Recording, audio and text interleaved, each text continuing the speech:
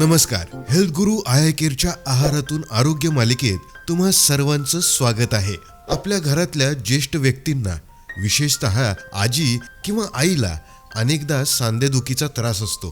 कधी कधी किरकोळ पडल्यामुळे सुद्धा हाडं लगेच मोडतात, म्हणजे फ्रॅक्चर होतं. असं का होतं? कारण वयानुसार हाडं ठिसूळ होतात. आपल्या शरीराचा सांगाडा मजबूत ठेवण्यासाठी 2 गोष्टींची सर्वात जास्त गरज असते. ती म्हणजे कॅल्शियम आणि दुसरं म्हणजे व्हिटॅमिन डी. चला तर मग जाणून घेऊया हे आपल्या ताटातल्या अन्नातूनच कसं मिळवता येईल. Calcium, हाडांचे cement.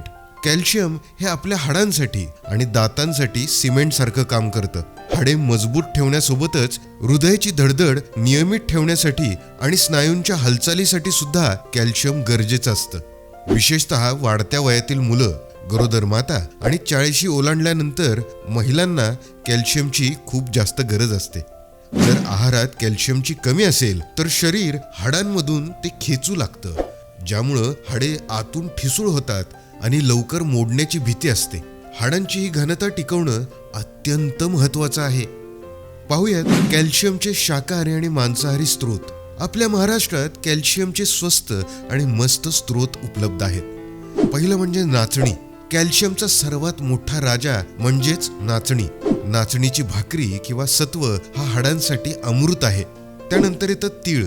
पांढऱ्या किंवा काळ्या तिळामध्ये भरपूर कॅल्शियम असतं. जेवणानंतर थोडे तीळ चावून खाणं खूप फायदेशीर असतं. त्यानंतर दूध आणि दुग्धजन्य पदार्थ. दही किंवा ताक हे कॅल्शियमसाठी उत्तम आहेत. पनीरमध्ये सुद्धा कॅल्शियम असतं, पण लक्षात ठेवा, पनीरचा वापर अत्यंत माफक प्रमाणात करावा.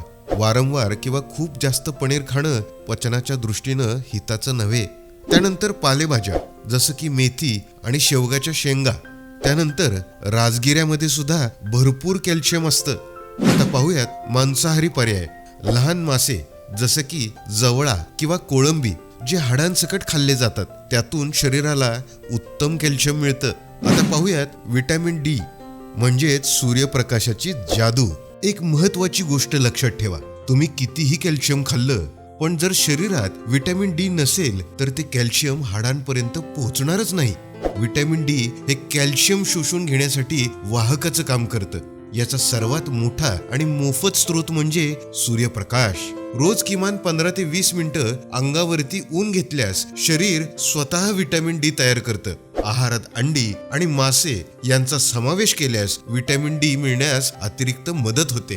जास्त प्रमाणात चहा, कॉफी किंवा मग सोडा घेतल्यास शरीरातील कॅल्शियम लघवी वाटे बाहेर टाकलं जातं. तसंच मिठाचे जास्त सेवन सुद्धा हाडांसाठी घातक आहे.